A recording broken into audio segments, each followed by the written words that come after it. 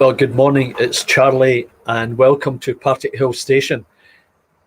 This is a quick audio test. If you had tuned in yesterday, you might have noticed that I was experiencing problems with audio.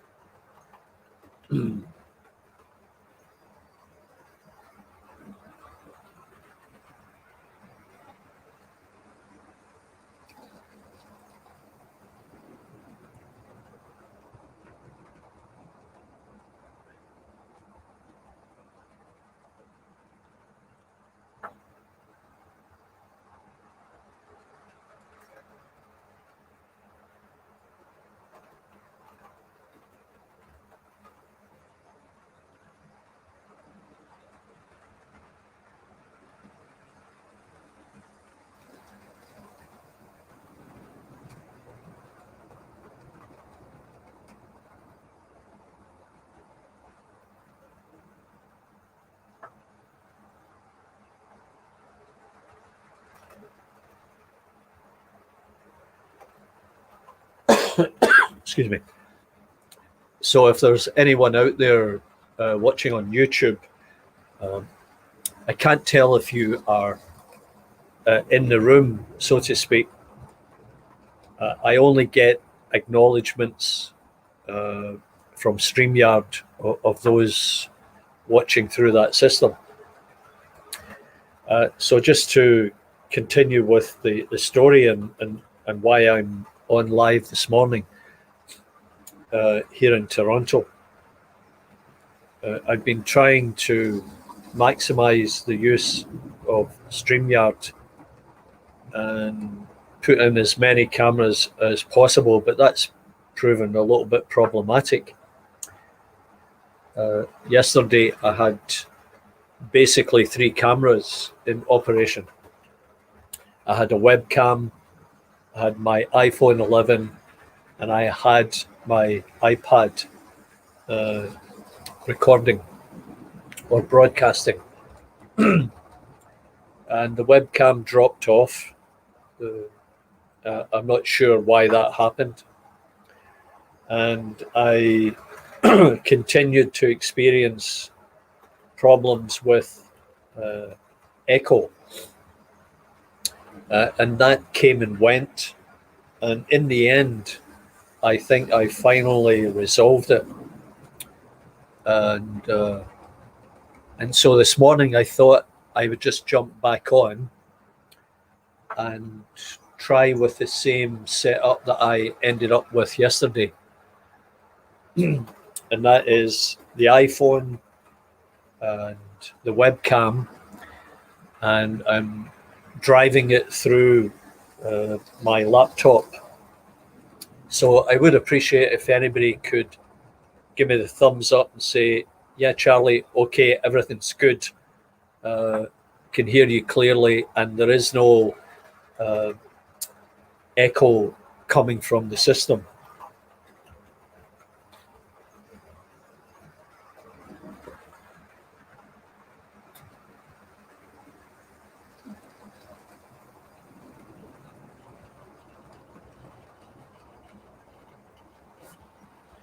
So yesterday I had 3 A4s running. And that's the first time I've done that in a long time. So it was a day of steam yesterday. Oh, Bangor U Junction, Carol, thanks very much. Yeah, I thought I should. Last night I went through the process of trying to figure out why the echo was so bad, why the one camera had dropped off.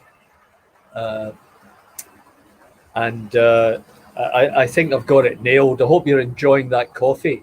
I've limited myself to 1 coffee a day. So I think I've got it nailed. And I also added in earphones to the iPhone because I think I was getting feedback from the iPhone, and I know I was getting feedback from the iPad. So I haven't attached the iPad this morning. And also, I was attempting to attach my GoPro last night, but I just couldn't figure it out. And I tried with another iPhone, and I couldn't figure that out either. So I might have to ask Mark over in Northern Ireland, the Donegal dad, if he has any ideas how that might be accomplished, because you might know that Mark has a webcam as well as 2 iPhones. Now, I was only using the one email address, and I'm not sure if that's an issue, if you have to have separate email addresses to attach the camera. And I don't know of any other way that this can be accomplished. So one thing I wanted to speak about this morning was the announcement that came down from YouTube, in as much as those creators who have more than 1,000 viewers or subscribers will now have to declare their income to the US tax system. Now, I think that would kill it for a lot in the community. And, I hope that is not the case. Raja, I hope that's pronounced correctly. How are you? Good of you to drop by. Yeah, I'll need to jump on to Mark's broadcast when he goes up. So I think it's something that has to be raised within the community. I know that Jason had sent out a letter that he had received from YouTube this morning. Now, I don't know if there's any workaround for this, but I have heard stories that some people are working on an alternative to YouTube, and that may or may not be a solution. Also, there might be some work that can be investigated through the Instagram channel, because I can post videos on Instagram, and I'm not 100% clear, but they might also be able to post live videos.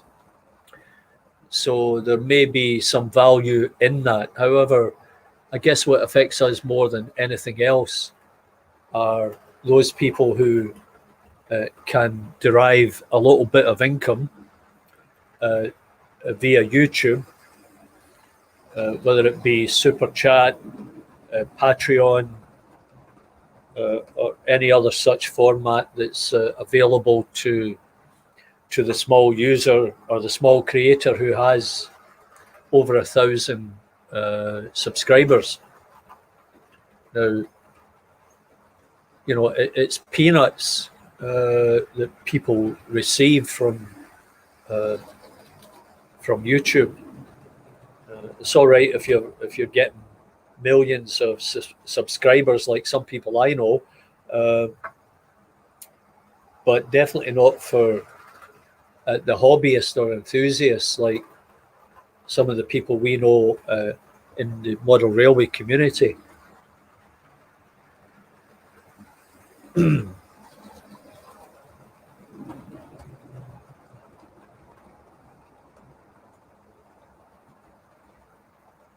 So, Carol,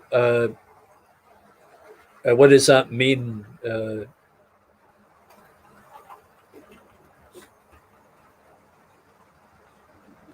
So what you're saying is all they have to do is complete the form as a non-US resident.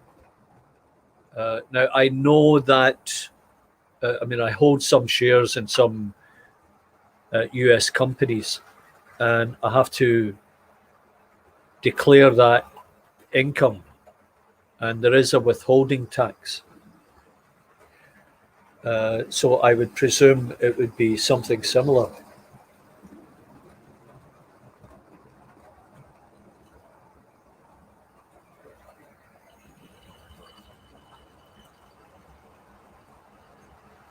Yeah, okay, so it might not be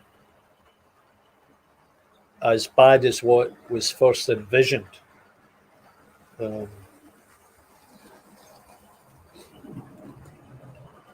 Yeah, it looked as if, on first glance, that it would be a large tax bite, and the consequence would be that a lot of guys would just give up because there's a lot of effort put into creating this type of video, a lot of sort of blood, sweat, and tears for a little bit of income that helps finance the effort. So if all it is that you have to declare as a non-US resident, that might resolve the issue very quickly.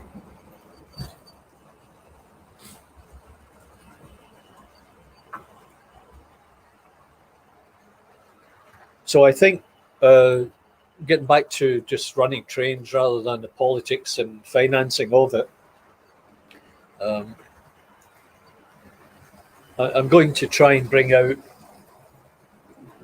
groups of trains over the coming weeks, and make sure that I've got the correct format. There's a little bit of a derailment there.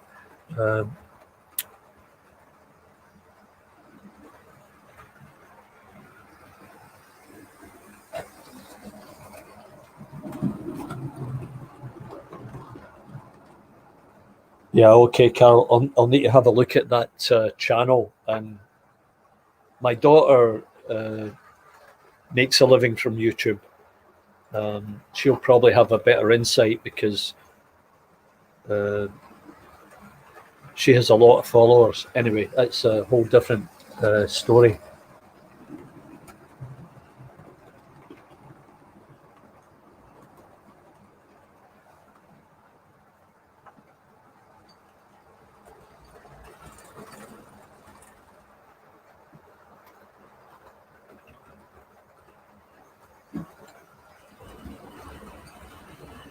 So as I was saying, the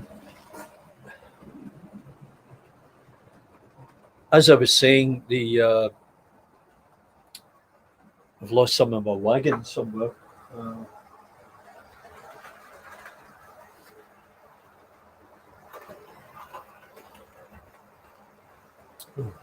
That's strange.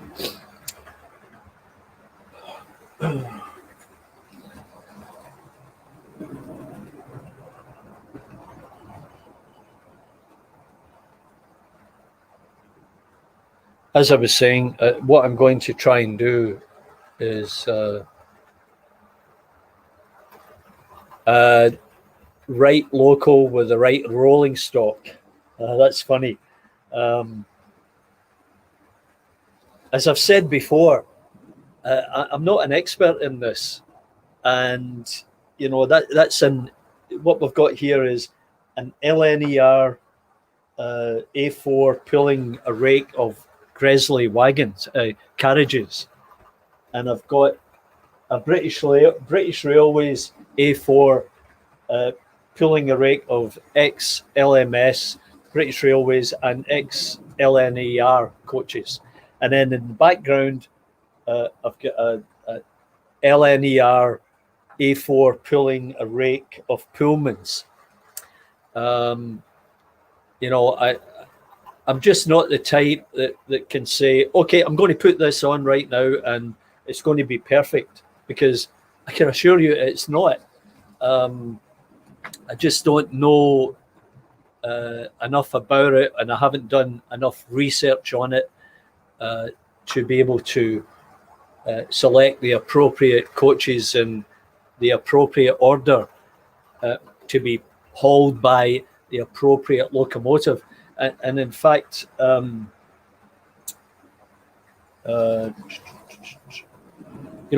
couldn't really tell you if these were prototypical.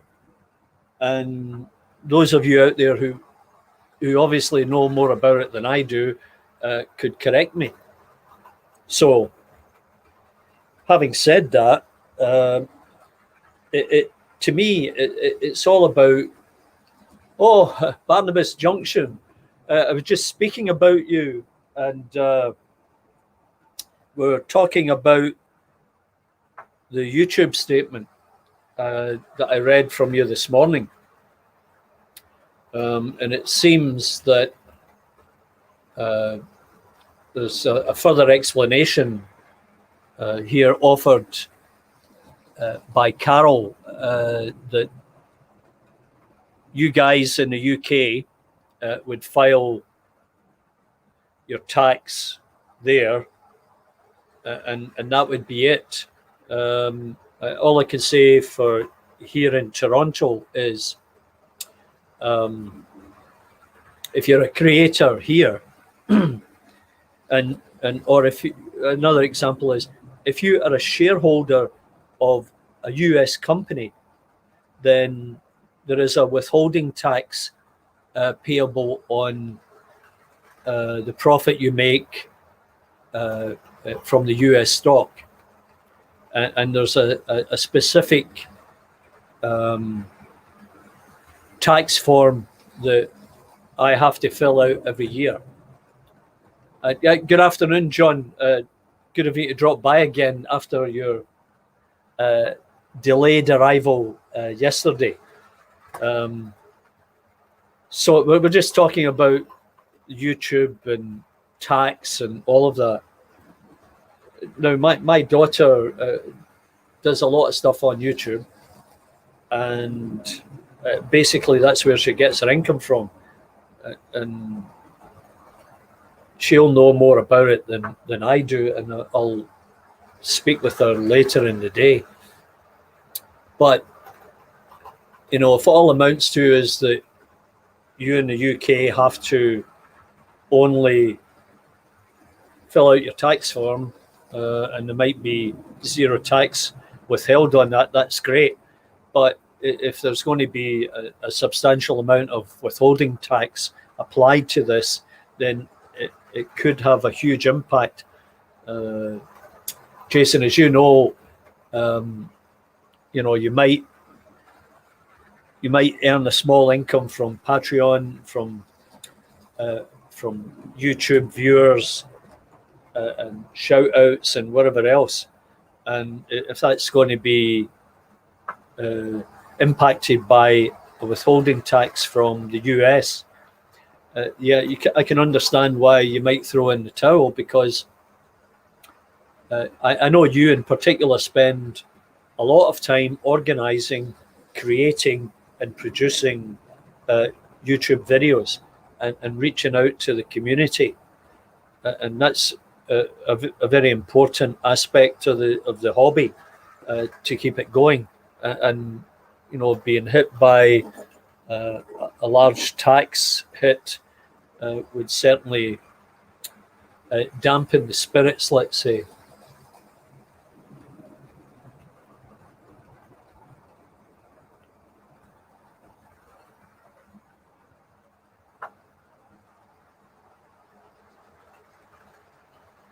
So just getting back to the comment about the right loco with the right rolling stock. As I said, most likely you won't see that here because I just don't know enough about it. I like trains. I've always liked trains.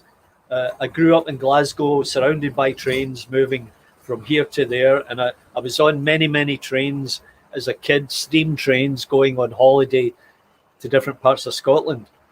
But I was never an expert, and I'm not an expert. I just like trains. So if you see the Channel Tunnel train run through here, well, that's a surprise, right? And you can see it on the one screen there, and it's totally out of sequence with the rest of the stock that's moving through Partick Hill Station at the moment. But variety is the spice of life, and you know, what can I tell you?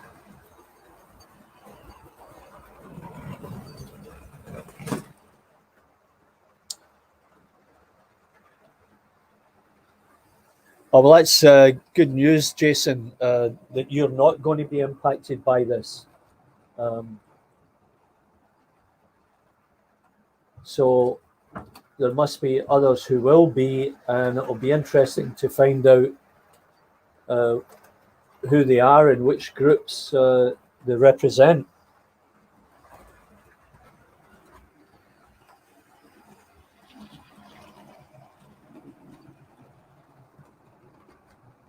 So I'm running these Grizzlies again today, and what I find is that they're easily knocked off the track. I'm not sure. I have been told it's because of the plastic wheels that they have, which are not adjustable, and the gauge is not always correct.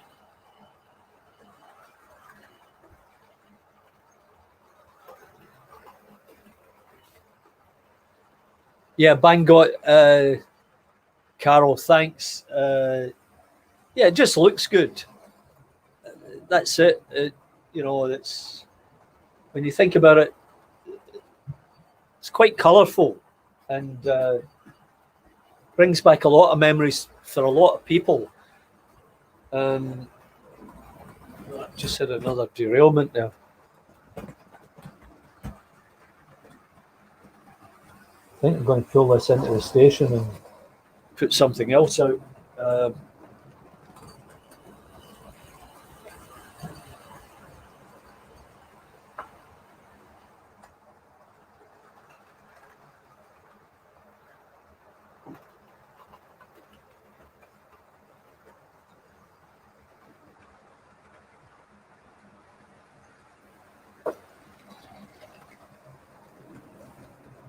Anyway, Jason, I think I got the audio resolved, and that's why I'm on here this morning. Yesterday I had a lot of trouble because, as I'd said earlier, I had my iPad, the iPhone 11, and the webcam. I had it running that way, and then I ran into problems with the webcam dropping off, and then the echo. So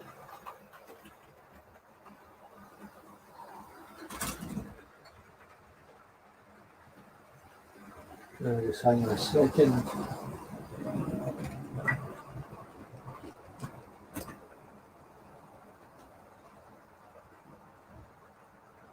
So this morning, I think I've been able to resolve that.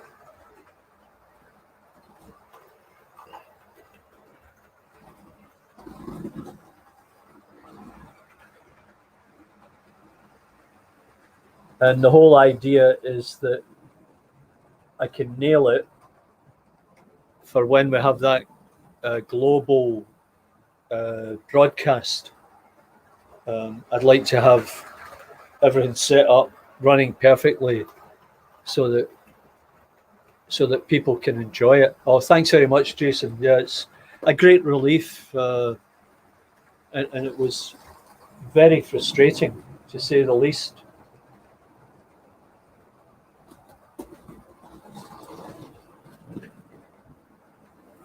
I seem to have a very bad point here for whatever reason. It's might need replacing.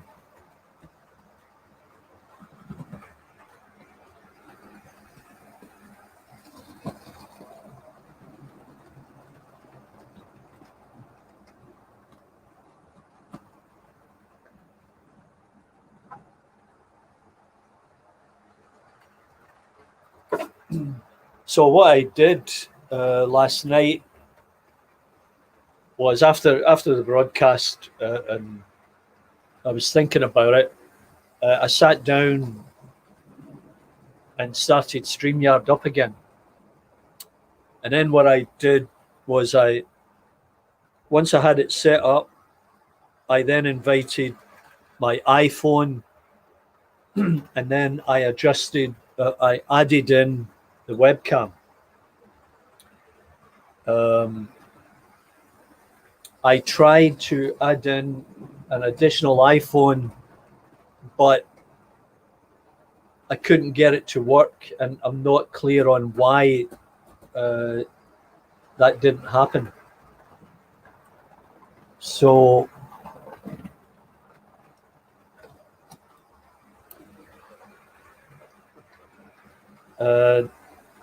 I ended up with just the iPhone and the webcam, and I put a set of earphones into the iPhone, and that solved the problem. Well, not only did it solve the problem, but it just cleaned everything up and gave me a better understanding of the process. What should be, at least I think, what should be done first.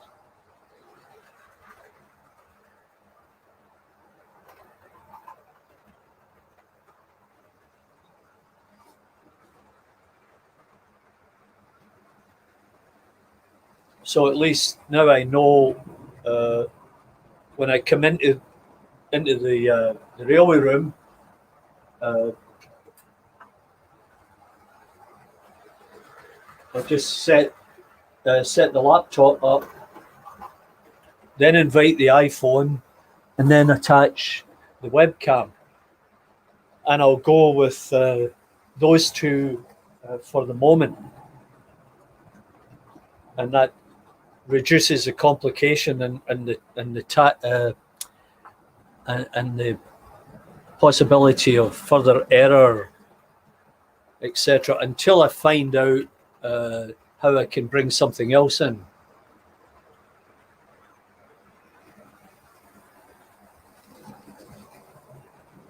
Yeah, John, as I said, living in Canada and owning stock of a US company, I have to declare as a non-resident of the US that I have income coming from those stocks, and the result is that there is a withholding tax taken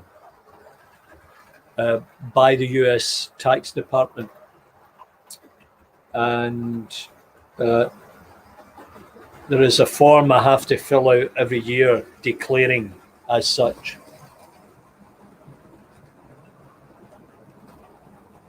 Now, it's not a lot of money that you have to pay, but it's something, and should not be ignored, and that's the key.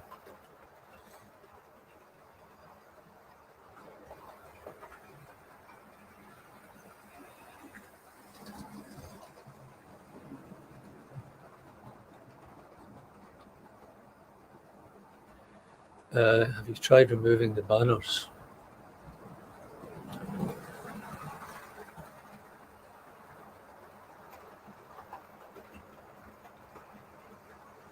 removing the banners. Well, there's the banner on from Jason. So that's a banner off. I don't know what else I can remove. I think I'm stuck with what you see. Unless Jason can advise on that. And yeah, Jason, if you can suggest anything for the GoPro. I have a GoPro 7 Silver, and if I could get that working, I would stick it in the station somewhere or in another corner to give a different perspective. What other details do they want? Well, I guess you're asking Jason that. But as I said, deriving income, small income in terms of increase in share value, or if you get a small dividend, if you get a small dividend on the US shares, then you have to pay tax on that.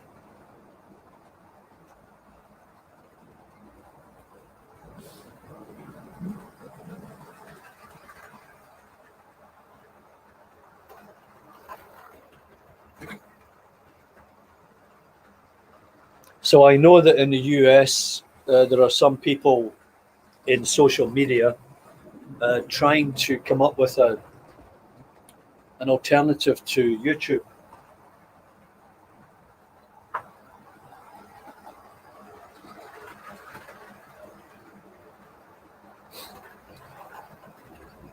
In fact, the people who social media types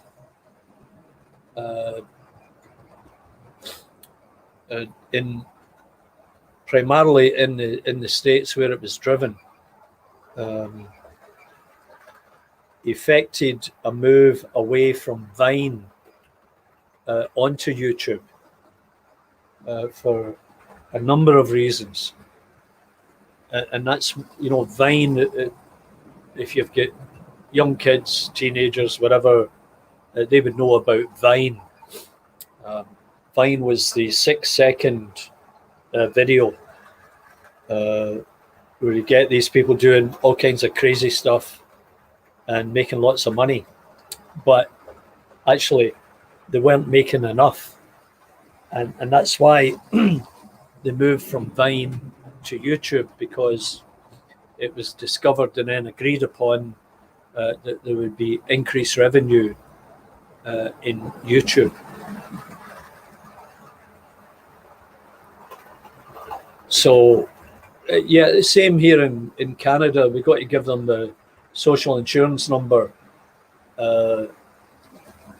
so that they can track us through the Canadian tax system also. Anyway, so in the early days of YouTube, now I started doing YouTube about 8 years ago, and it all started, we were in Hawaii, and we rented a convertible, and I thought, I should do a YouTube video, and I did, and it's still up there. And every time we traveled somewhere and rented a car, I would make a little YouTube video, and one thing led to another. I was doing all kinds of stuff in terms of content, and it was very free and open in those early halcyon days, as they would say. And you could make a little bit of income. But then the situation arose where they came down with this mandate that you must have 1,000 subscribers. Now that killed off a lot of channels, and that was very unfortunate, because people were making a huge effort to produce these little videos.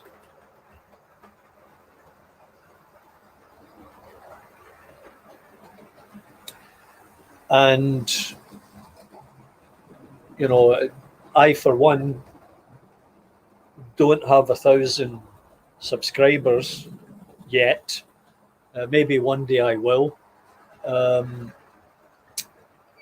in the meantime, like many of you out there who do this, you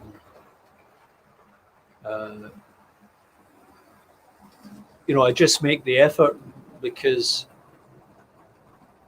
I like making the videos, and I like my model railway. I just like to share it with people who have a common interest, regardless of the fact that I'm not making any money from it.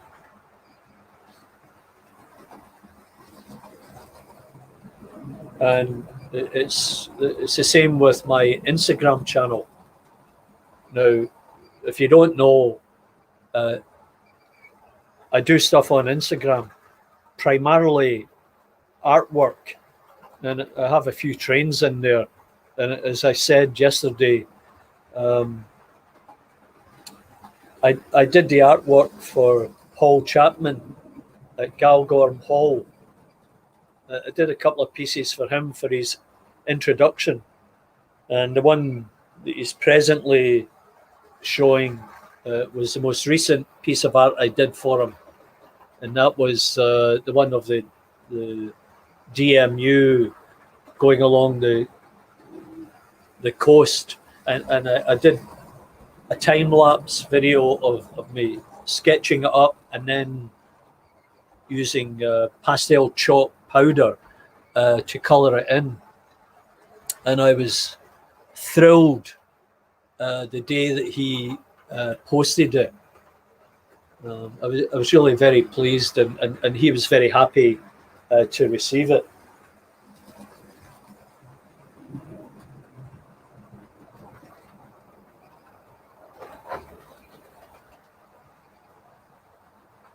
So there's no money to be made on Instagram, as far as I know, and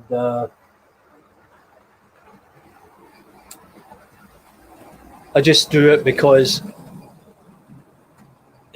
it keeps the practice up.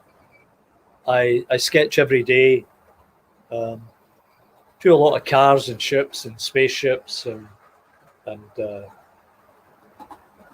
quite a number of trains, and I've got quite a few people interested in what I do, and it also keeps me busy and distracted. And as I said, I was a draftsman. Started out as a draftsman in John Brown Shipyard in Clydebank, just outside of Glasgow. Worked on the QE2 and oil rigs and bulk carriers and stuff like that, ferries. So I've always been able to draw, and that's helped me make some of the models that I've made. It's right. It's not a problem to come up with something like that. Pretty simple, in fact.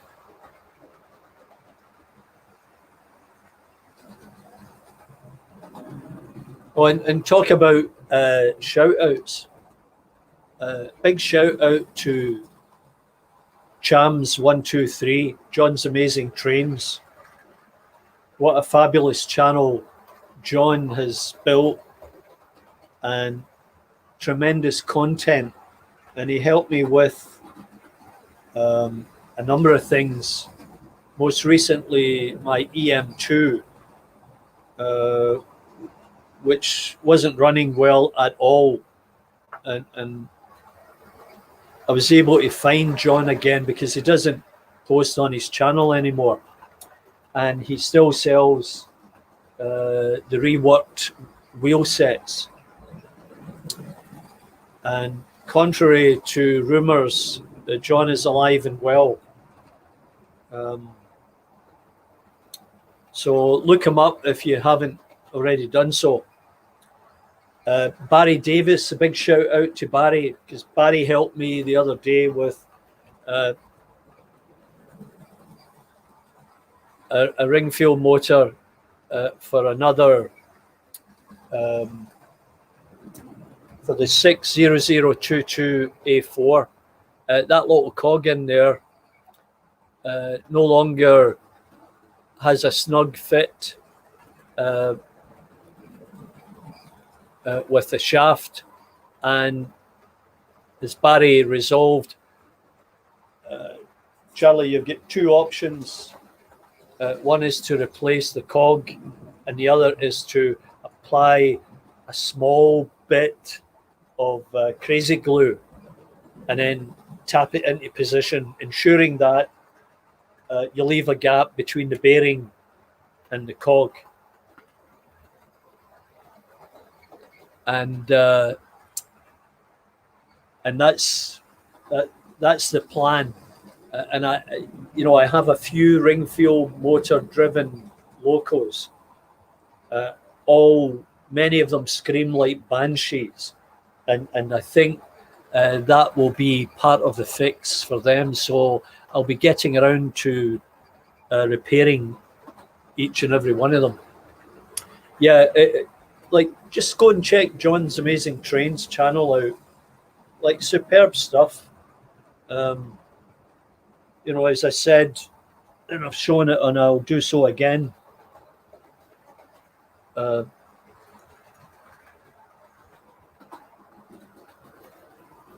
That's the Triang controller, and you can see how there's been modifications made.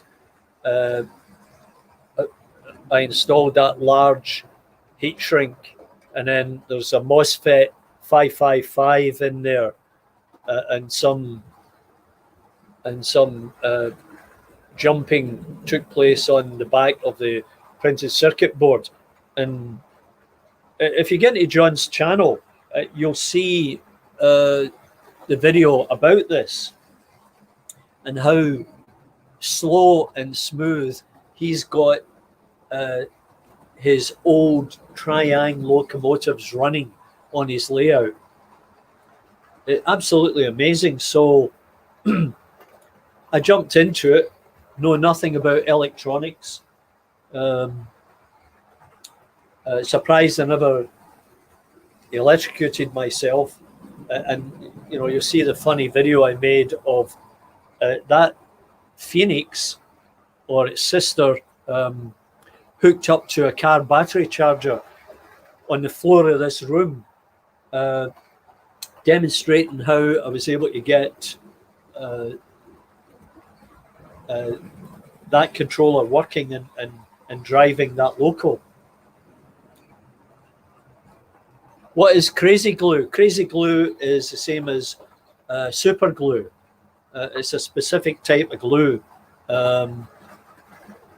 I can't remember the chemical makeup for it, but if you get it on your fingers, you're stuck to whatever you've got your finger attached to.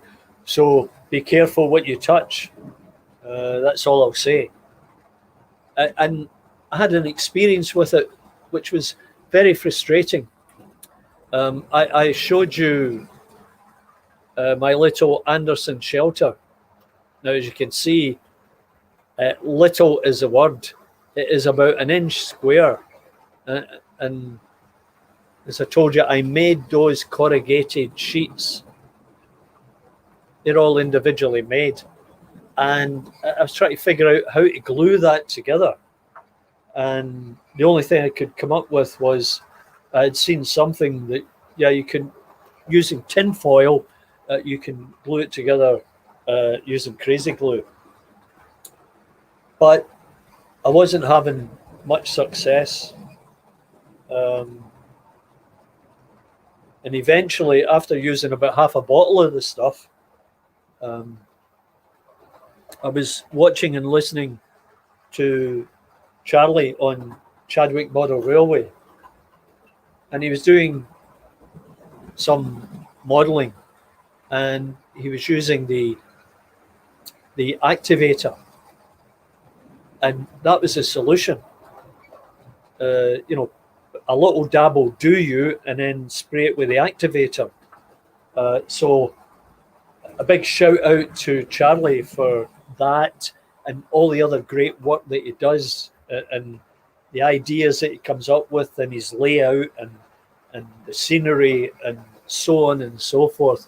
I really enjoy Charlie, and he's a perfect example of another great contributor. You know, he does a video, I think it's once a week or every other week, and it's a lot of effort, especially if you're trying to demonstrate something, albeit that it's not live. But I do some other YouTube stuff that I can't talk about at the moment, and it requires me recording stuff and then editing it, and it's a lot of work. So I acknowledge the effort that Charlie puts into making his videos, which are so informative and useful. And everybody else that I watch on model railways and YouTube and scratch building. I've done a little bit of scratch building outside of model railways. In fact, if you go looking through my YouTube channel, you'll see I did a scratch build of a spaceship, and oh, Fred, good morning, Fred. How are you? Good of you to drop by again. So I decided I wanted to scratch build a spaceship, and I was going into all these charity shops, etc., and just keeping an eye out for something that might work. So if you go to the YouTube channel, have a look through, excuse me, you'll see this spaceship build, and you'll be surprised about the stuff. Oh, you saw it? Oh, Fred, you saw it. That's great. Yeah, it was so interesting, and now I've got boxes of bits and pieces of computers and all kinds of stuff. So, and I've got something else that I'm planning. I'll probably wait until the summer. Another project that I'm planning to build, kind of futuristic. You'll just have to wait to see that one. Yeah, Fred, a day's filming for a 5-minute video. How true. So a lot of people don't get it. They don't understand the level of effort what's going into it. Now that it's called junk bashing, well, that's very true. That's another way of putting it, because a lot of the stuff that I have used is junk, like pieces of computer and chops from bottles and yogurt containers and kind of everything I could get my hands on. I've started to find a use for.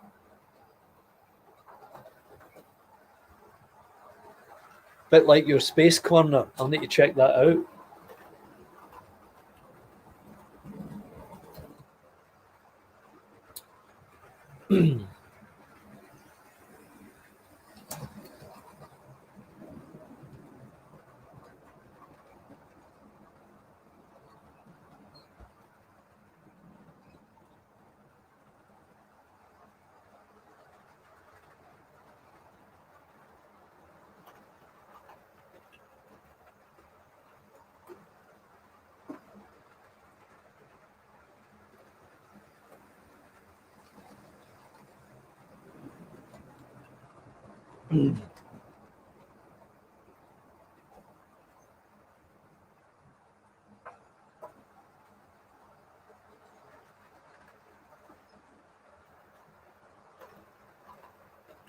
Anyway, I'm still here. I'm just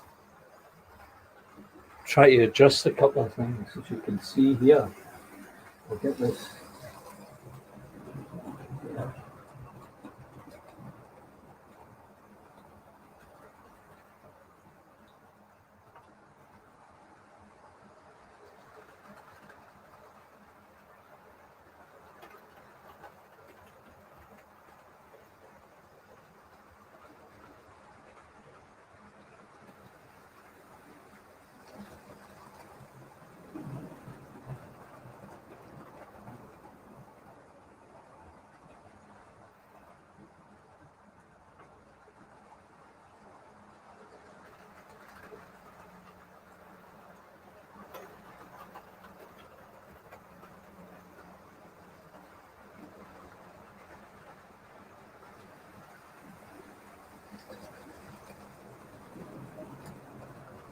And yeah,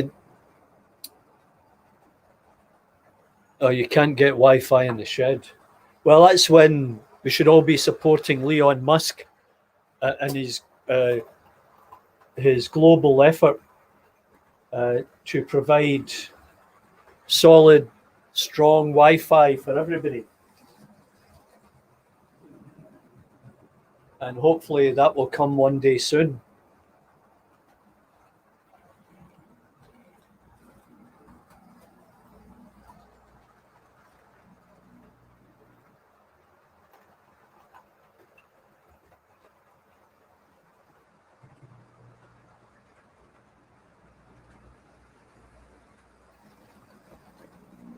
Yeah, so there's an example of my webcam dropping off. Or is it the iPhone? Yeah, it's the iPhone. I thought it was fully charged. Well,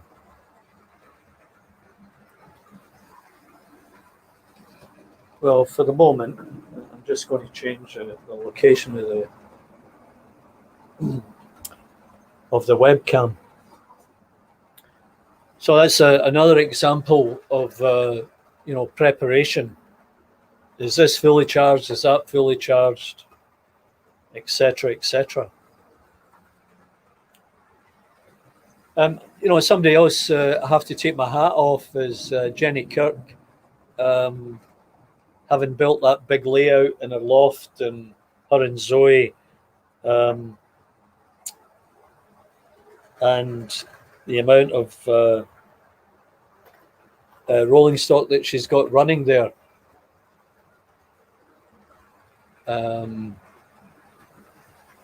And she's built a great following, and it's a great arena for everybody to gather and chat. And I always look forward to her Monday club.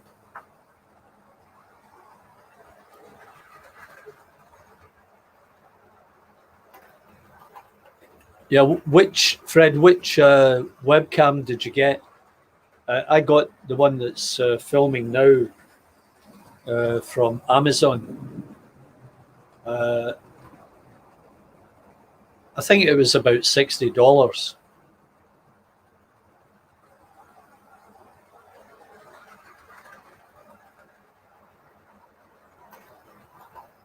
And it's got a model number WBA.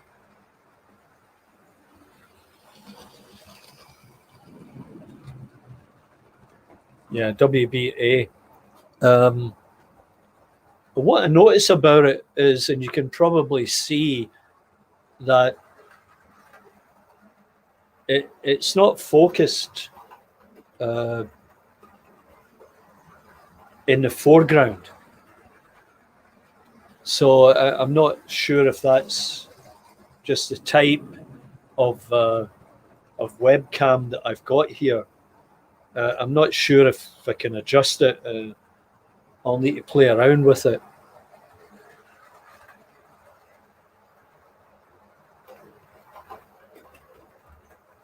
The new Insta360 Go. I'm not familiar with that. I purchased my GoPro I think it was at the airport in Singapore. A couple of years ago, and got a good deal on it because the GoPro 8, I think, had just come out, and they were offering a special deal on the GoPro 7s.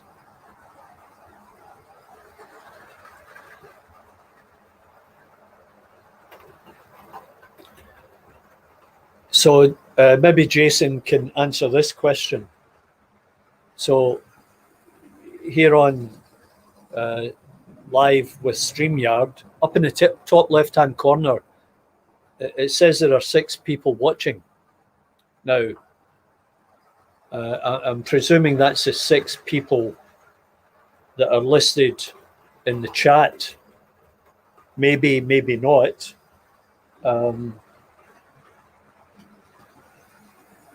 But when you go into YouTube after the fact, there are many more people have watched the video.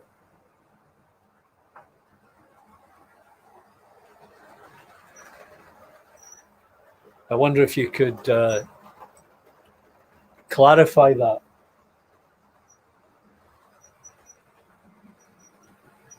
Or if there's anybody else out there has knowledge of it.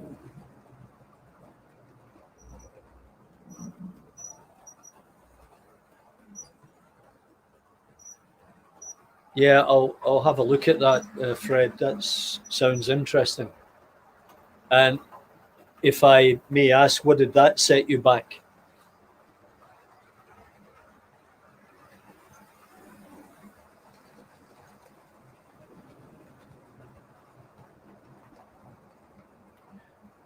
Oh, Jason, I was just asking.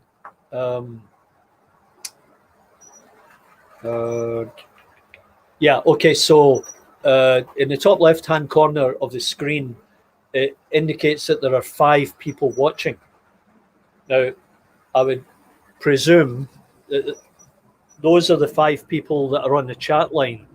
Maybe, maybe not. But if I were to go into YouTube right now, I'd probably see that there are many more people watching it. So I wonder if you have an explanation as to why that is. £295. Wow.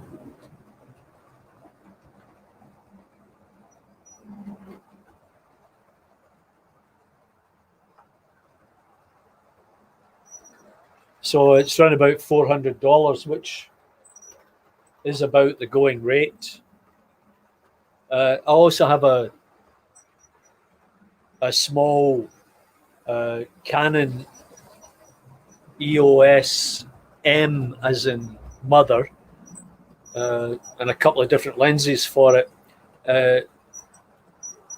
Unfortunately, it's not Wi-Fi enabled.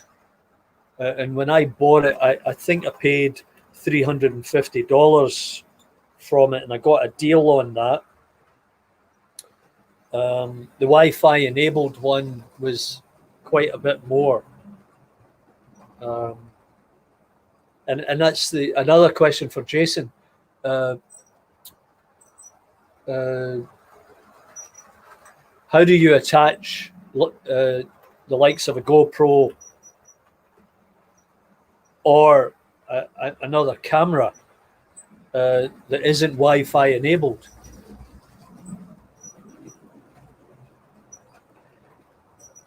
Yeah, Jason, that's right. 5 watching. But as I said, if I go into YouTube, as I did last night after the broadcast, you know, there was about 30 people had been watching.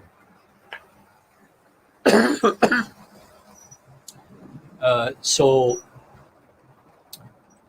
I'm not sure if, well, how did everybody get to this? Was it through MRYCG, or did you get a notice through your subscription? Assuming that you all subscribe, to my channel.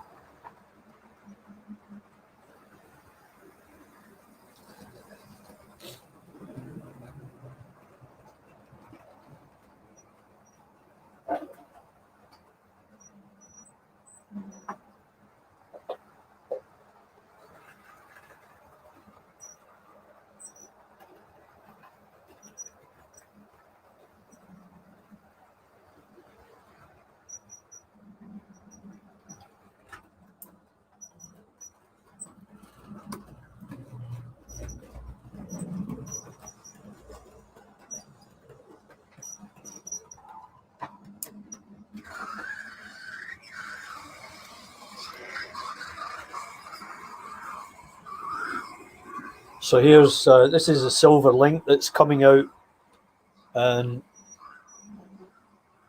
squeaking a little bit. Oh, Mark, the very lad, I'll be tuning in to your channel after this. And, you know, the one question I beg of you is, how do you set up 2 iPhones?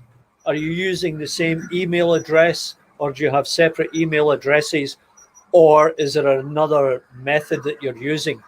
And maybe you can answer that when I join you.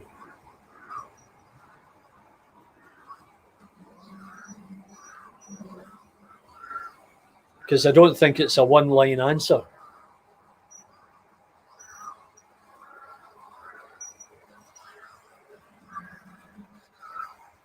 Well, Fred, to set up StreamYard, it's pretty simple. You just go in and register, and they'll send you a code, and you're set to go. I mean, from my perspective, it's that simple.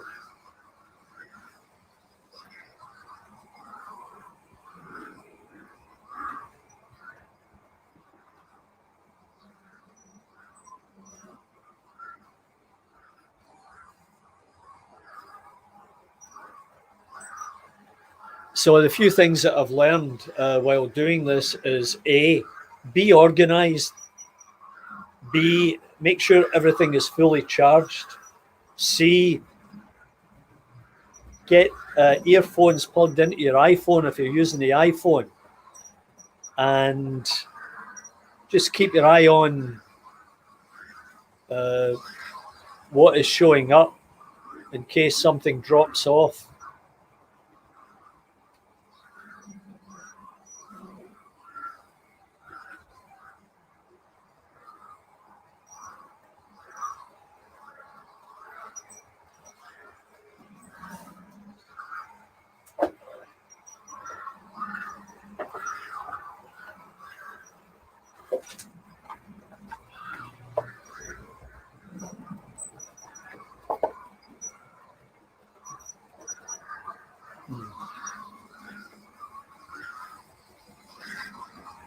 So I'm just dropping this into view here if I can.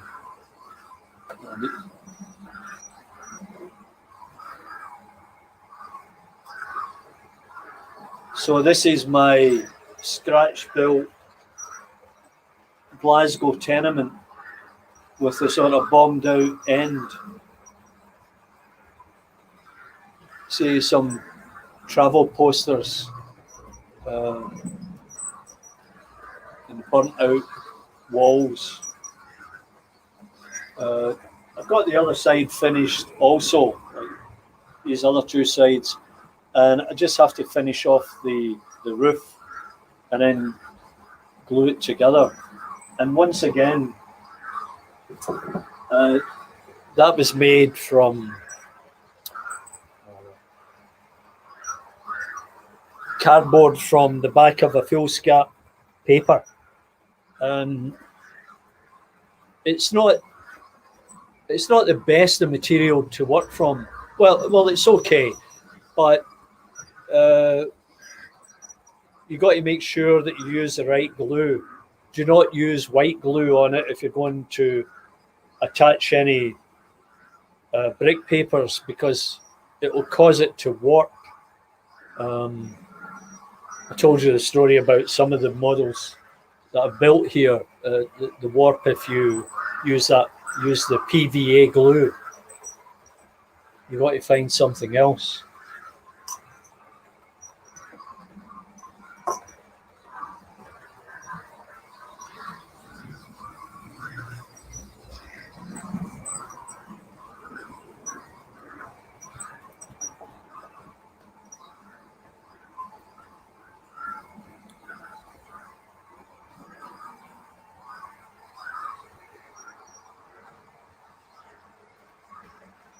Yeah, I use chrome, Jason.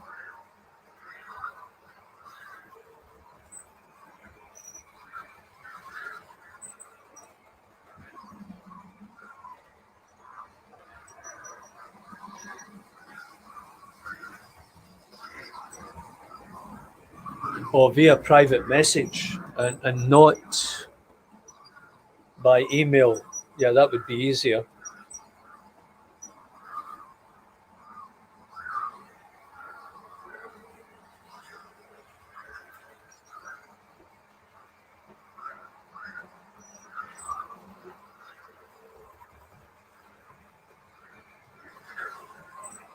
Yeah, and I use Chrome. However, sometimes you get the message, open this in Safari. And I'm not sure if that's a preferred software suggested by StreamYard. Okay, John, we'll see you next time. Thanks for dropping by.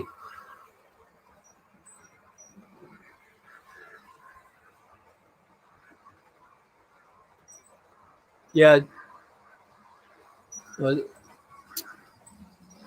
go to the... Okay, so the one iPhone that I use, the iPhone 11, that's not a problem. I can get that through the invite.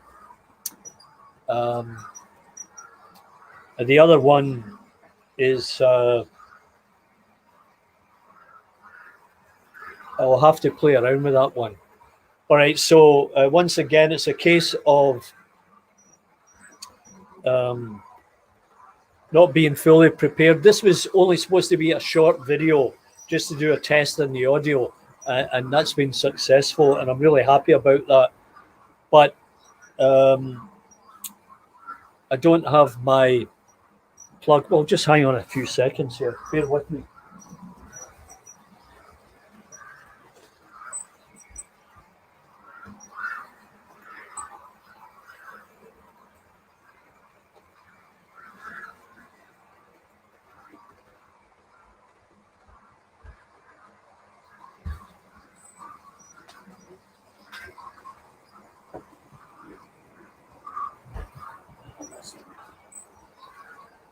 I just went for my power unit.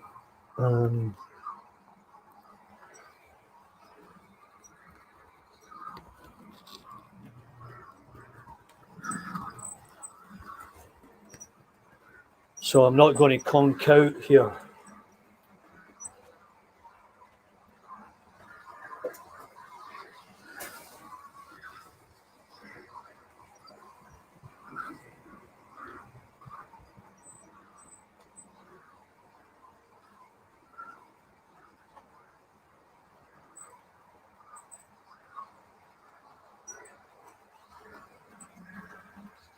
Yeah, okay, so maybe I'll do that. We've got a good Wi-Fi system here. Rarely do we have problems. So the router is in the basement, and I'm in the basement in one of the rooms down here. So I get a good solid connection. But I've got an iPhone 4 and an iPhone 6. I'll do a test and try and connect the other iPhone and see if that gets enabled.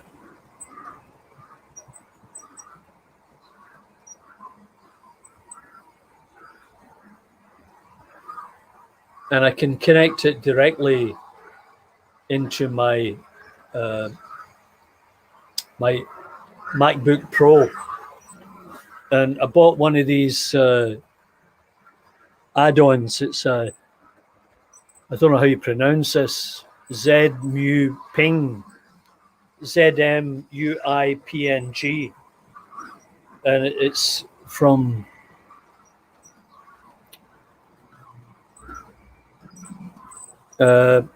it's an HDMI product, and you can add in different elements, different slots there. So that will work out fine, because the disappointing thing with the MacBook Pro is that you don't have a port for a card, and you don't have a port for this or a port for that. It's very limiting, and it forces you into purchasing additional components so that you can actually connect.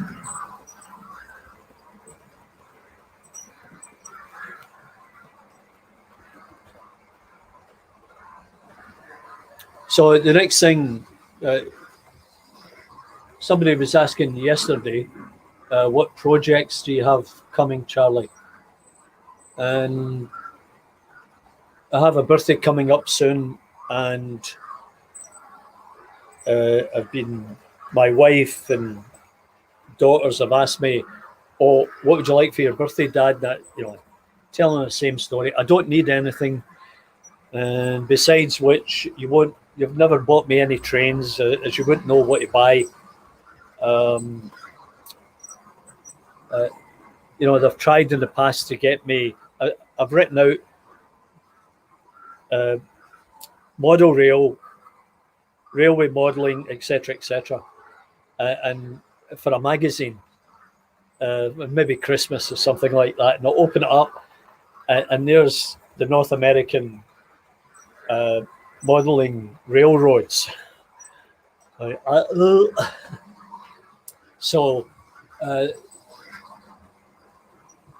my daughter's got a cricket, although she's in Los Angeles, so I can't use it.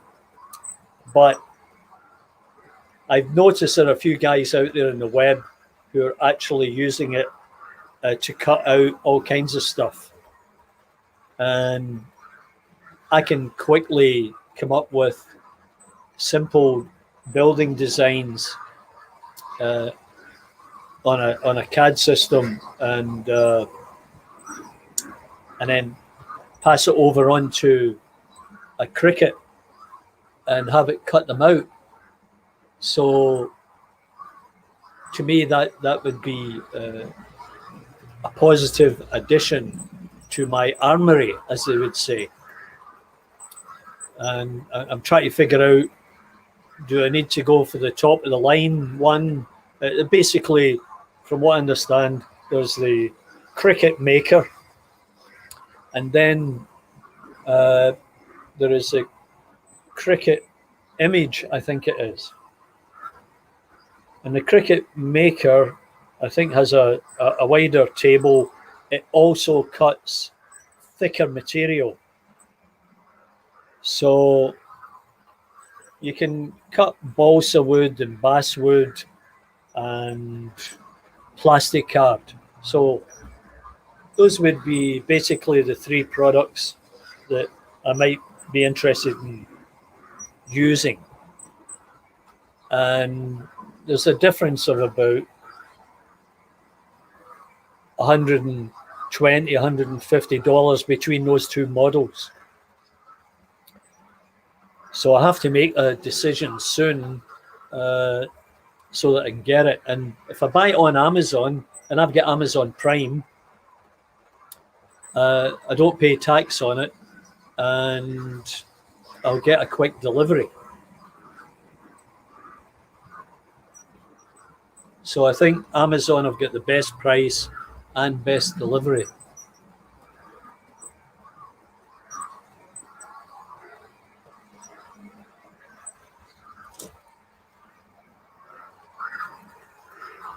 So many of you are familiar with the milk float. I have a couple of those. And when I was at secondary school, I took a part-time job as a milk boy, and I'd waken up about 3:00, 3:30 in the morning, and then go out on the milk float delivering milk. So I would run basically for about 3 hours every morning, carrying 2 racks of 12 bottles of milk, running up and down stairs, etc. So I was pretty fit at that time. And, it was an electric float long before Elon Musk. And it was quite effective. But unfortunately, I had a little accident with it when I wasn't looking where I was going during a period when the driver let me drive. But he sorted it out with the lady who owned the car.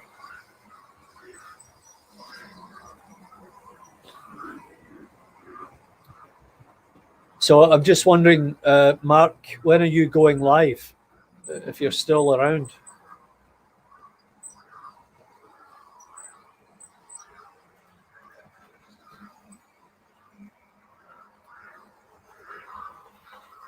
Maybe he's gone already.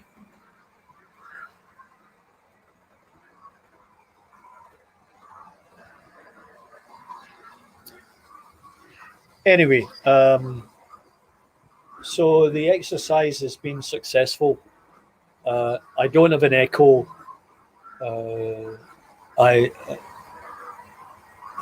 will remind myself to ensure that everything's fully charged and connected, and I'll explore the idea of connecting a second iPhone, and I will test that out. Hopefully later today. I'm going to get on to, well, I'm not sure if I'll glue that cog in there.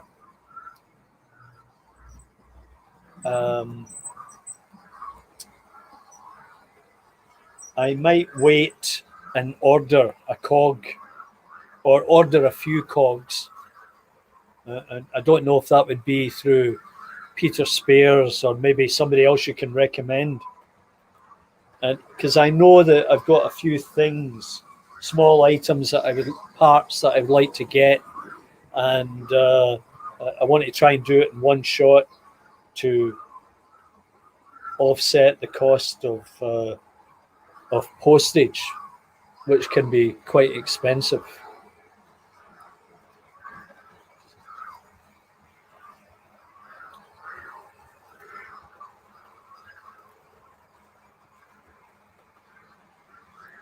So it's nearly 11 o'clock in the morning, which makes it 4 o'clock in the afternoon, Greenwich Mean Time.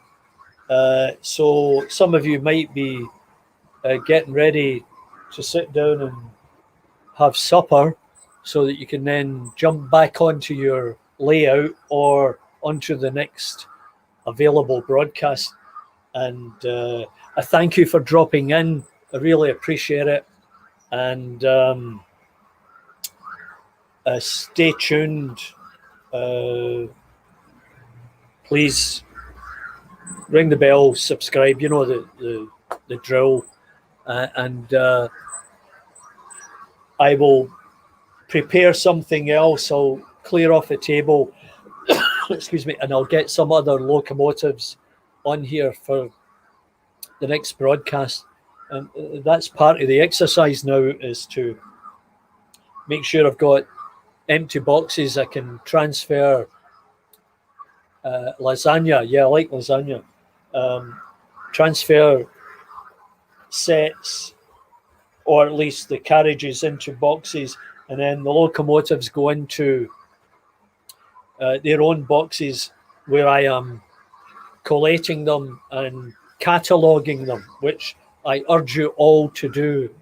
Again, and that's one way to stay organised. And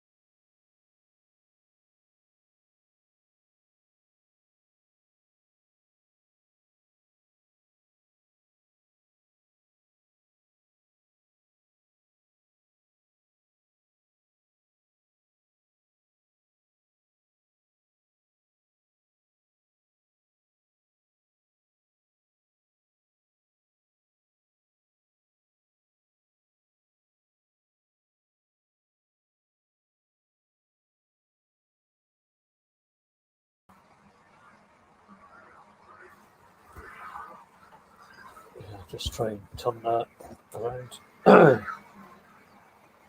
So I'm not sure what happened there. It just died on me, and it could be a result of the laptop just not getting the power. And it may be a result of it going through this component that I've got attached. Yeah, Jason, it just died on me. I think the laptop ran out of power, and I'm not sure why that is because I've got it hooked up, but it may be this attachment I have on the side uh, of the laptop that enables me to connect other components to it. Now I would need to go back in and try and get that camera working, and I'm not sure if it's going to happen. So I've tried to reattach this. The red light is on the camera. I'm just going to see if I can do this. Yeah, there we go. We're back. Yeah, if it's not one thing, it's another. And I'm not really sure why that occurred.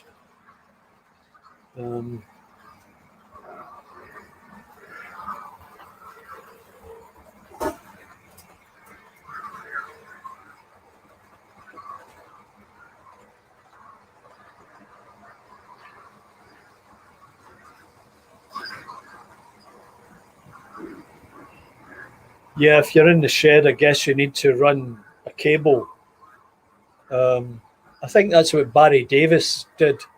And in fact, I laugh my ass off, as they say, watching Barry one day, and there was a buzzer, and he said, "That's my wife telling me that my tea's ready." So he's obviously run a line from the kitchen out to the shed for that very purpose.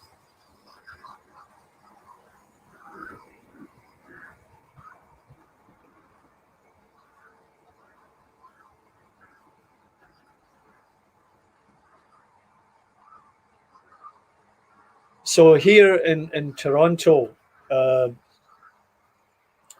the provider for cable TV, which most people have, is a company called Rogers. And they package things like TV, internet, and phone. And we subscribed over the years. Like, we've been in this house for, I don't know, 26 years now. And, now we're at the point where uh, we've got a system called Ignite 75. Basically, unlimited access to the internet and X number of channels on TV, and they give you a free phone line for your home, as well as we got cell phones through them. But what I did was, I just felt as if I was getting ripped off, so I dumped the cell phones through Rogers and I went to another provider. And with streaming available now, which we can get just about anything through streaming, I may end up dumping cable TV. I use a company software called DAZN, DAZN, and on that I watch I watch the football, so I can watch football all weekend and through the week. Champions League, Europa Cup, EPL, etc., etc., and that cost $150 a year, which is excellent. And Rogers used to show some of the football, but they lost out on the bidding. So another reason for dumping that cable company.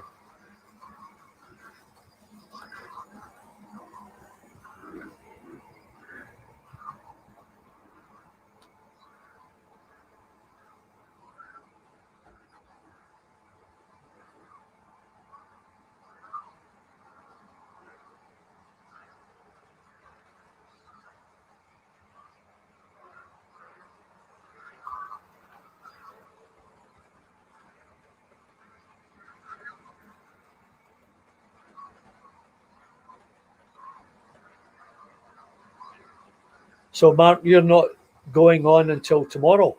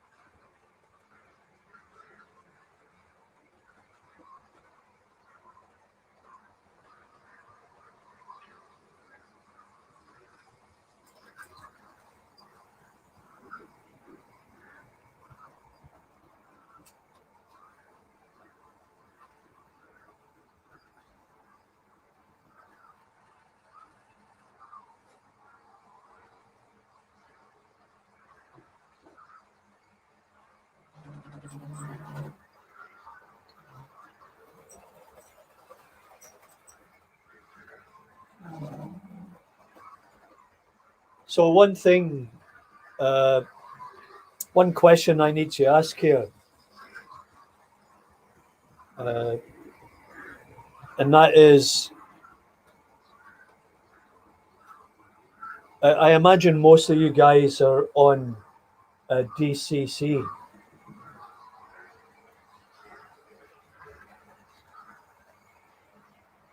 And people have said to me, "Well, Charlie, why don't you go DCC?"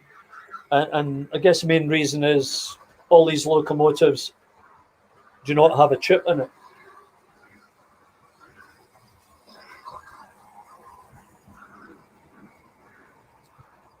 And in fact, I don't have any that have a chip in it. So that would be a kind of big undertaking.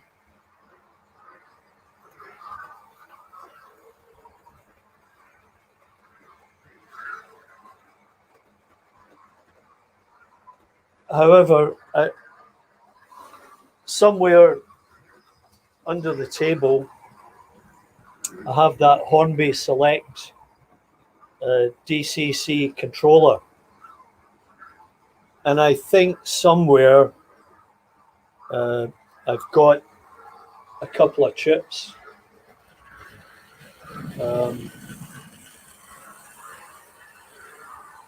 And I read in a cutting that I've got from an old Model Rail magazine where it talks about in detail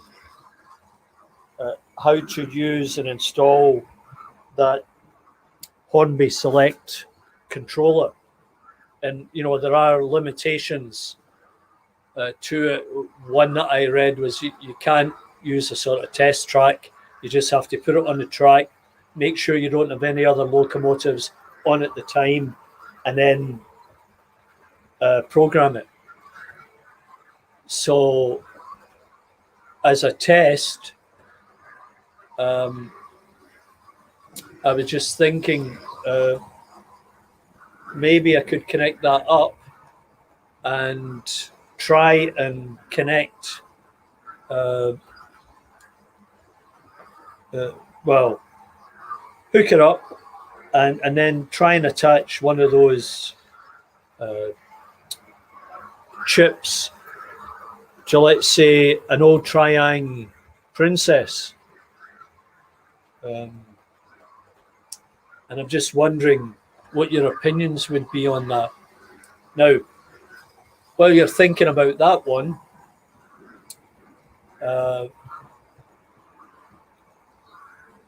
what you're seeing here is that Lima diesel that I spray painted, and I think I'll detail it a little bit more with silver to pull out some highlights.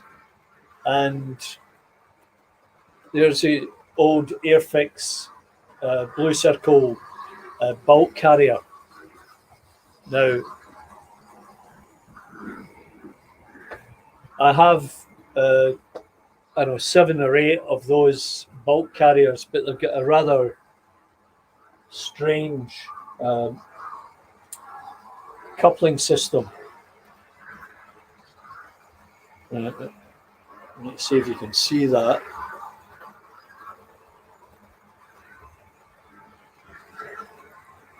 The previous owner had come up with the idea of this little piece of wire that you looked, and then you have to try and find the hook in the back here. A bit tedious.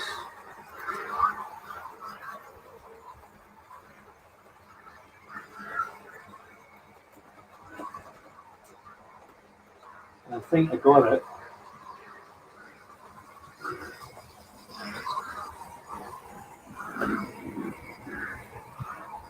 So, and you see, if you look between those, it looks like close coupling.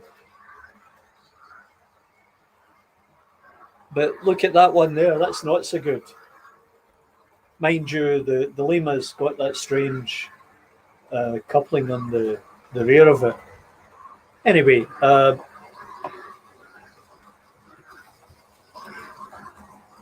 it makes for something different. And the Lima works pretty good. Might be getting held up there for some reason. And there it goes. And we'll see if it can make its way all the way around without derailing.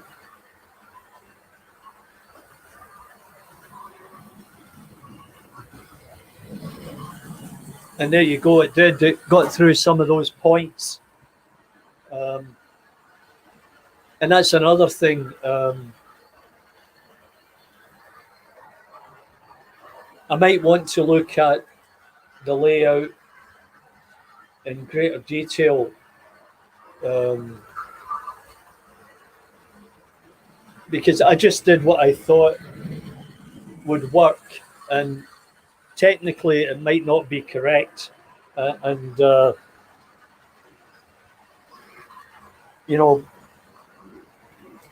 the layout there.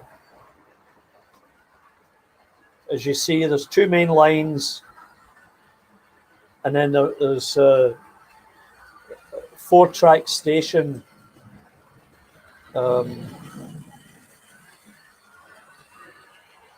Yeah, like that.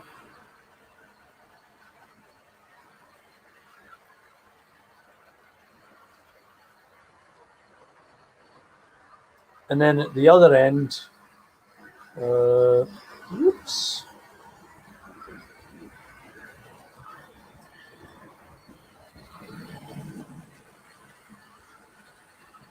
So at that end, as you see, let's see if I can do this right.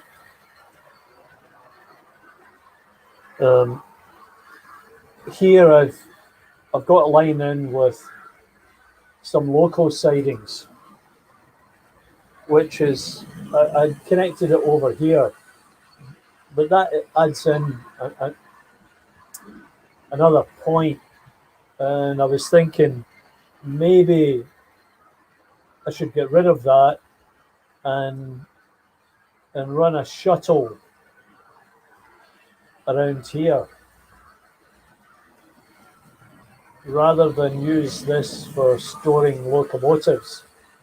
And I've got a bit more space in here than what you see. So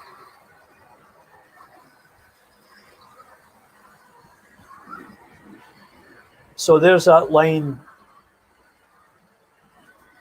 coming across, and I don't have it hooked up at the other side yet.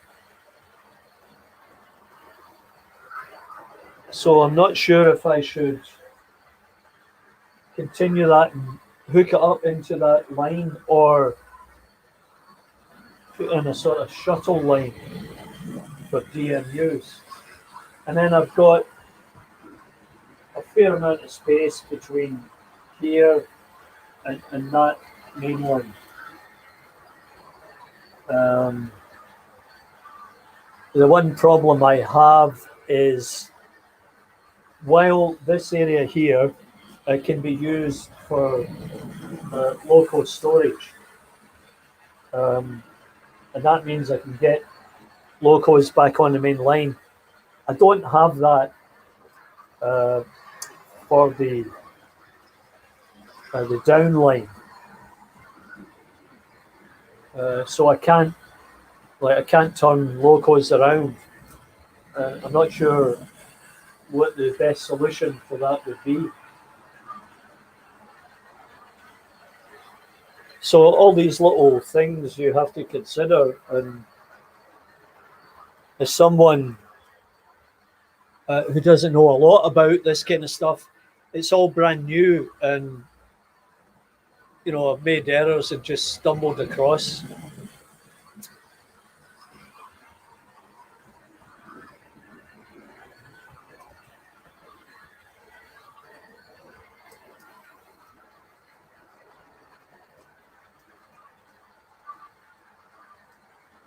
Yeah, I read that article in Model Rail, and that's what it described.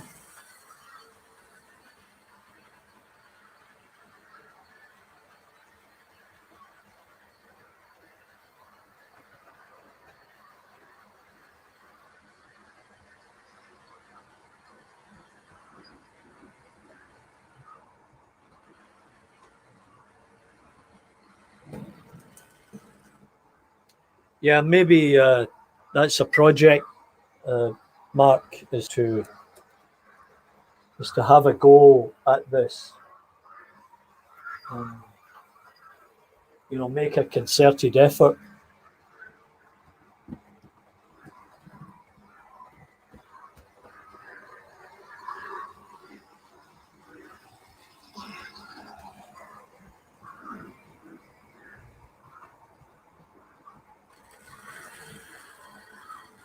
Another thing that's on my mind are the number of different couplings that are on specifically wagons and coaches. There's always a challenge to make sure that they're properly connected.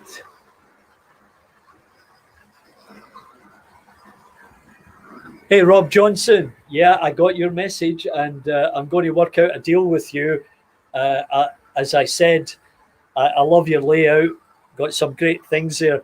And the one thing I meant to mention was those long stairways down to the lower platforms. That reminded me of the magnificent station in Sevilla, Spain. And that's what they've got from sort of ground level. You go down these escalators, big long escalators, down to the platforms. And it was the same in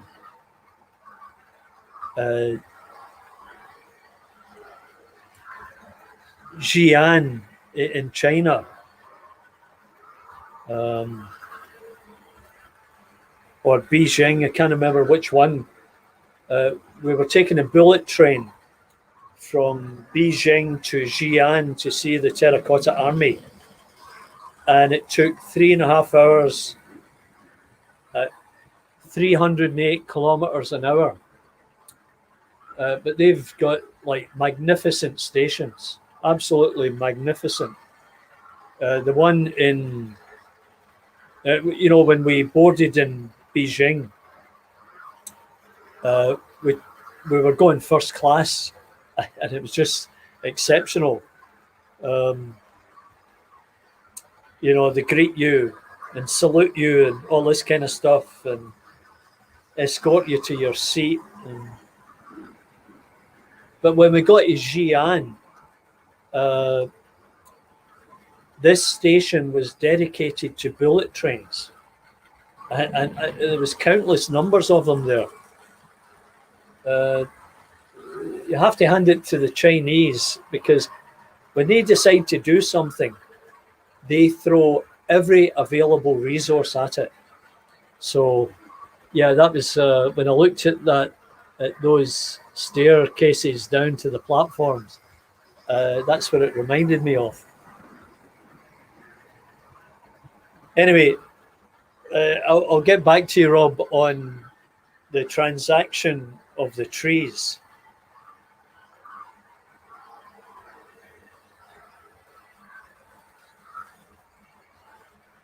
And yeah, I think I'll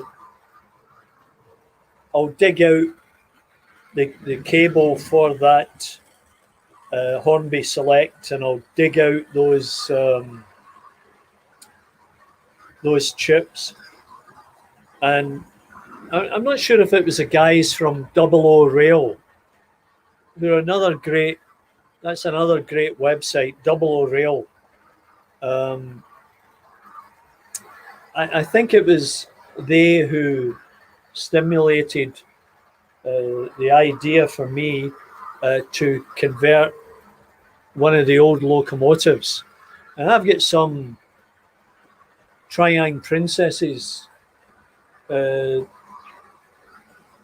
old ones, that can run around this no problem. So I thought, they demonstrated how to do it, and I thought maybe I should give that a go. And so the question I have to those of you who run DC is this: does it make the locomotives run better? Or is it just a case that you have better control and slower speeds? So, in other words, if I take my old Triang Princess and throw a chip in it, will it run better?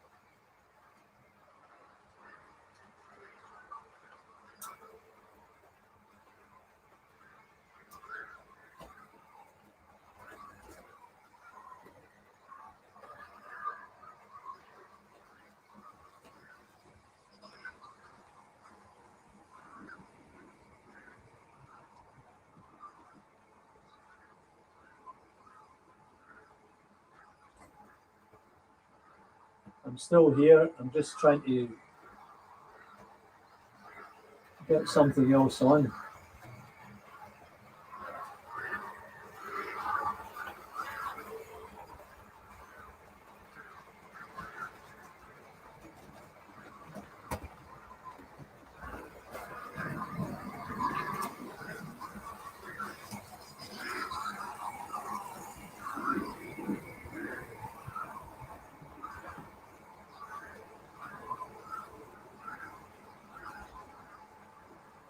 Now that's a beautiful 9F bachmann, and it runs really smooth. At least I think it's a bachmann. The problem that I have with it is the front bogie goes off the track easily, and I'll need to look at that. But it's beautifully detailed. Just a beautiful piece all round.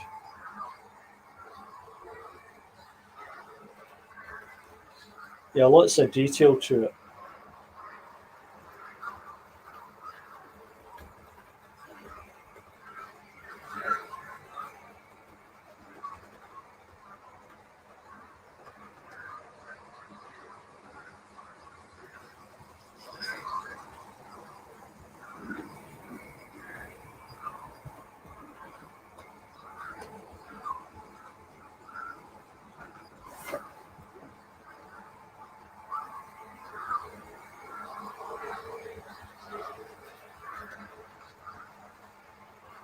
Hey, Rob, listen, I really appreciate it.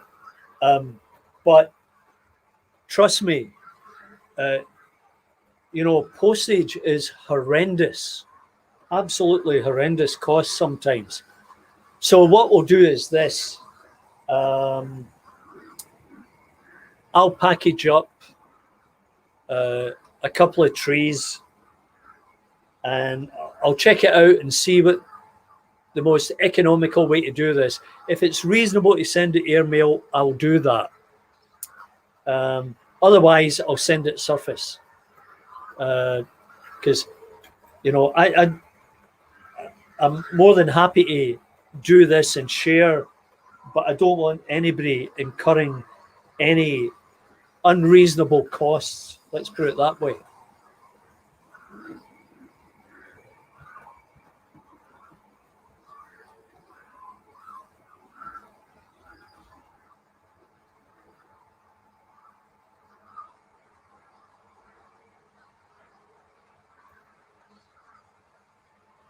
Yeah, well, I've been able to get the Triang Princess running well.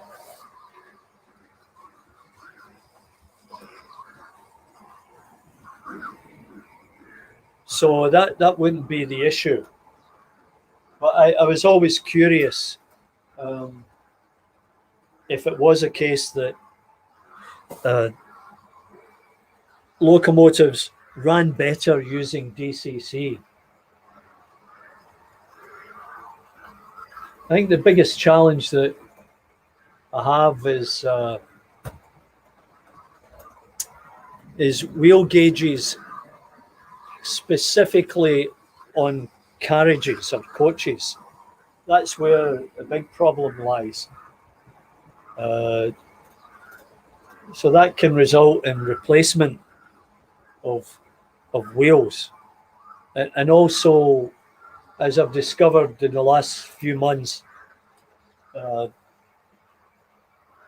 have to ensure that the points are screwed or nailed into the homosot board that I use on top of these tables. So the tables I've got, I built them out of 2x1s basically, and I think 5/8 plywood.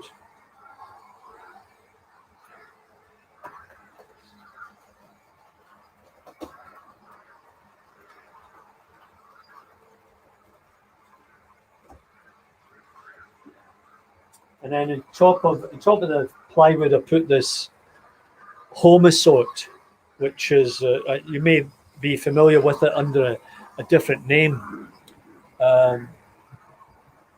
but it's supposed to deaden the sound a bit. Plus,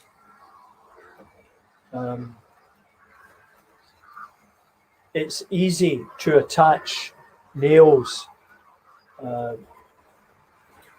from the track into it. And because here in the winter it's dry, and then in the summer we've got air conditioning, which gets rid of the moisture in the air, we don't have that constant change in conditions.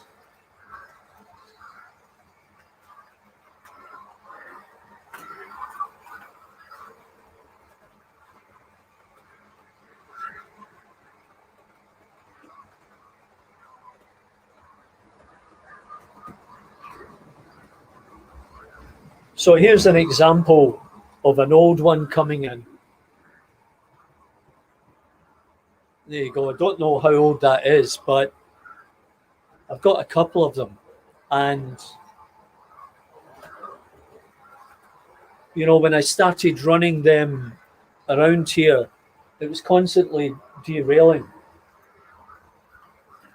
And I believe it was because of the points. And there's still one point here that is a little bit troublesome.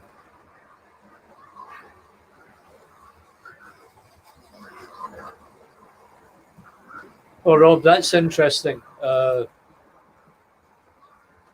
Which locomotives were that? Sorry, which locomotives were they that you changed back to DC?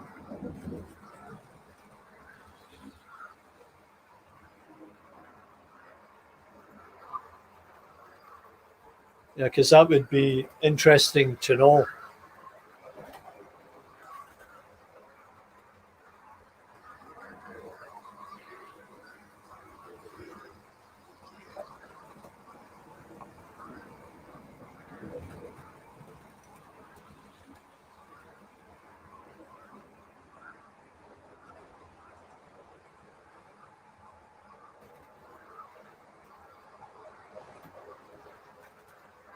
Yeah, so as I said, I'll dig out that controller.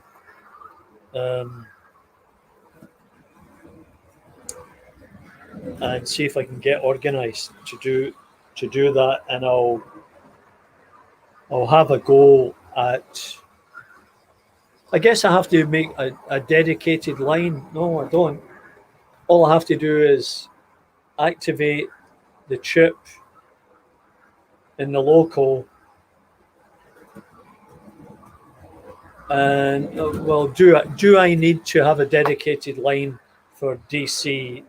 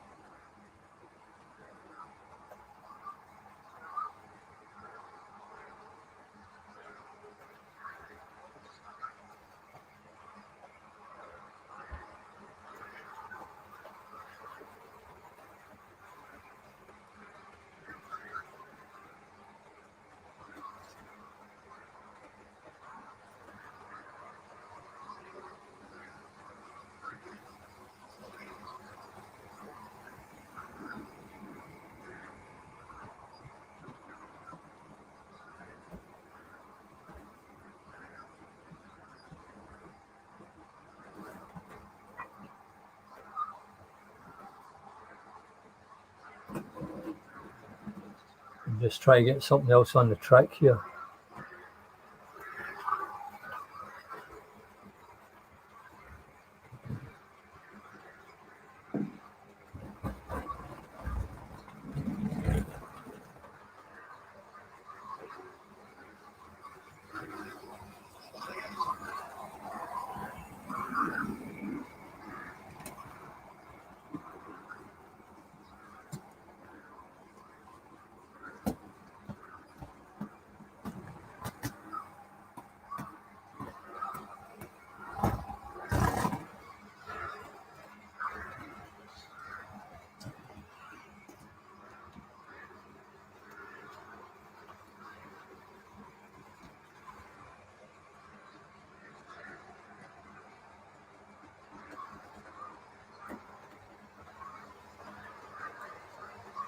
So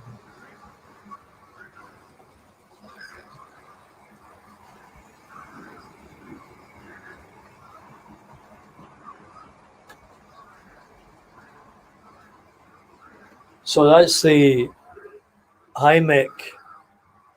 Okay, you have to go and have some dinner. Yeah, enjoy that lasagna. We'll catch you later. Thanks for dropping by, Mark.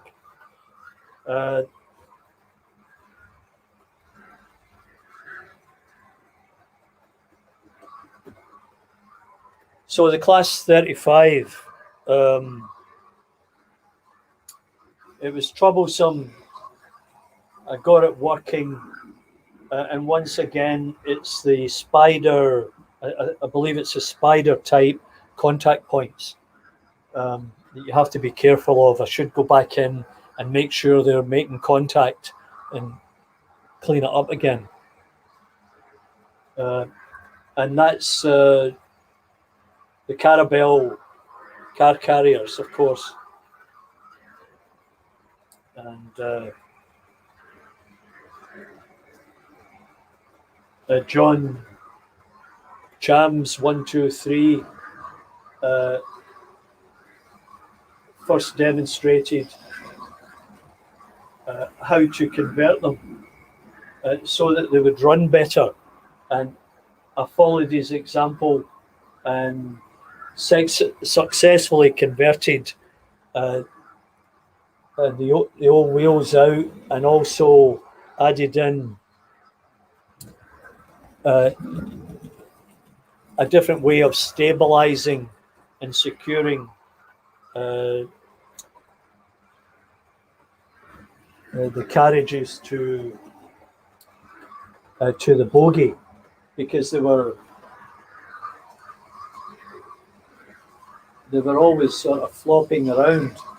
But I put, just as John described, I put the nut washer and bolt in there, and that stabilized them, and then added the wheels, which I ended up getting from China, of all places.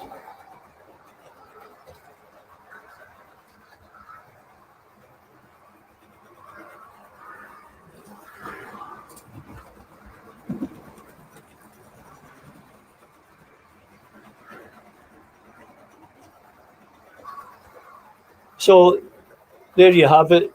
You've seen quite a few things today, and there's been a lot of good dialogue going on. Oh yeah, 2 black 5s. I think I've got 3, maybe 4 black 5s. So I'll bear that in mind as I try to move forward. Yeah, it's always good to know and get feedback from the community of what works, what doesn't work. And that's good information, Rob. Anyway, so this time I'll need to go and get lunch. It's 11:41 here in the Toronto area. And I think it's 11 or 12 degrees outside. The sun is shining, the sky's blue. And I'll need to get out for a walk, as we try to do every other day. Anyway, thanks everybody for dropping by and helping me resolve the issues and getting all that information. And we'll see you next time here on Partick Hill Station. Stay safe. Hope you get your vaccination soon. Bye for now.